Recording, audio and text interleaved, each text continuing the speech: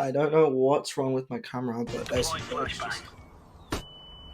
just can't comprehend how bright it is outside. A couple of days ago, in the lovely and peaceful capital of England, London, 2 climate change activists stormed into London's National Art Gallery, wearing white Just Stop Oil t-shirts. They were equipped with superglue and, more importantly, a can of tomato soup. Now, we're all aware of the bizarre tactics that climate change activists have made in the past to spread their message, ranging from silent protests to bombing schools. Okay, I made that last part up, but could you tell? You couldn't tell. Now, British people walking into an art gallery is already enough to deal with. You know, if I ever see you on the street, I'm gonna smack. 朋友是一个坚韧不拔的。 But British protesters?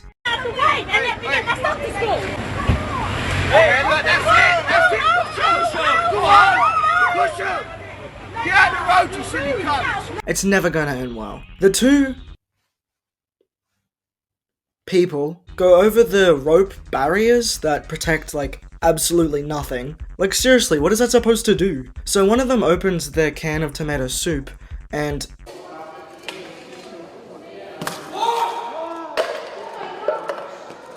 all over Van Gogh's iconic painting that you've never heard of before, sunflowers. Then they proceed to equip the superglue into their item slot, rub it on their hands, and then place it on the wall like this. Like this. Then what looks to be the leader of the posse has a Breaking Bad tier speech filled with anger and self-entitlement, showing the progression of the character. What is worth more, art or life? Is it worth more than food? Worth more than just... To be honest, what she's saying does make a little bit of sense, until you realize that the one actually speaking has pink hair dye. I don't know, man, I mean, it's pretty contradicting, but I didn't say anything, you know, I'm just over here, you know.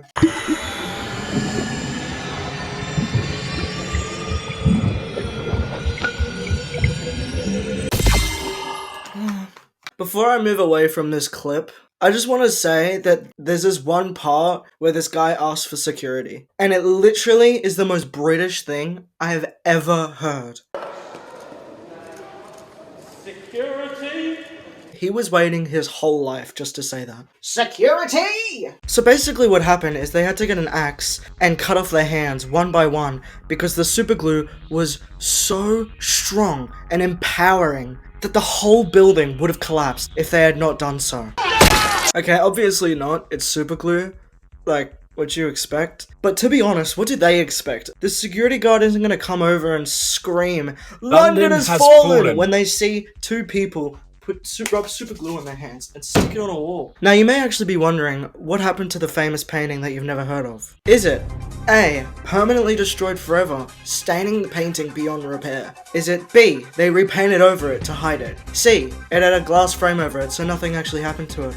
Or is it D, okay, it's C. Like, obviously. I'm probably like 2 weeks late by the time this comes out, so you probably would have already known. So the glass frame was protecting it the whole time. So none of it really mattered, right? Well, actually, it kind of did. They got their point across, so they win. There are hundreds and probably thousands of media articles about this actual event, as well as it hitting the actual news. Hell, even I'm talking about it, and so is everyone else. And now people are more aware of the danger of oil and shit, so yeah.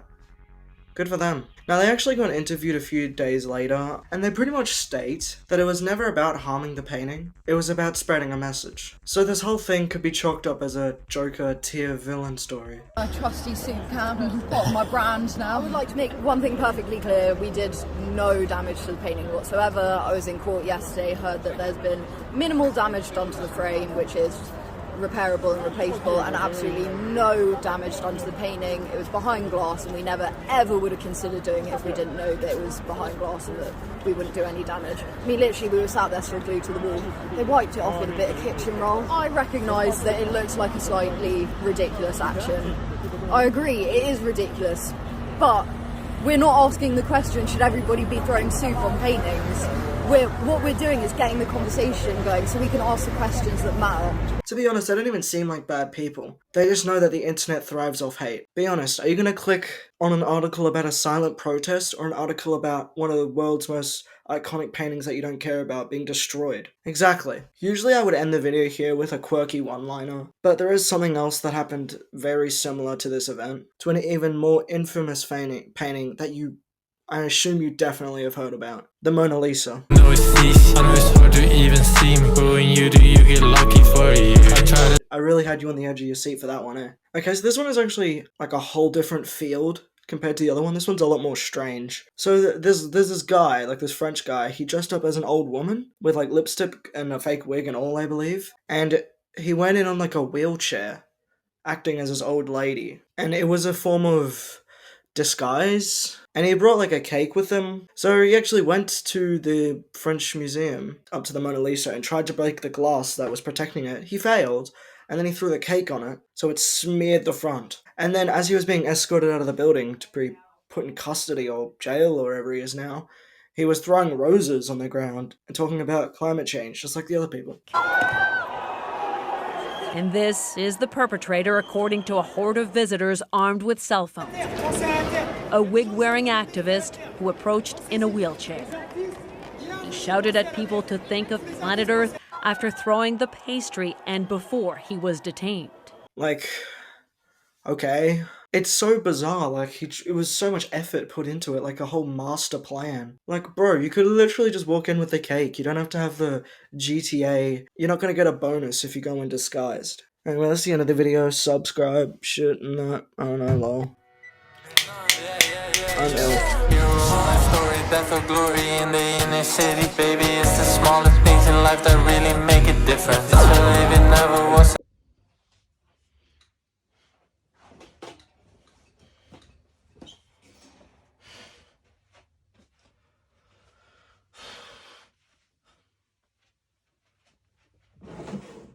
So basically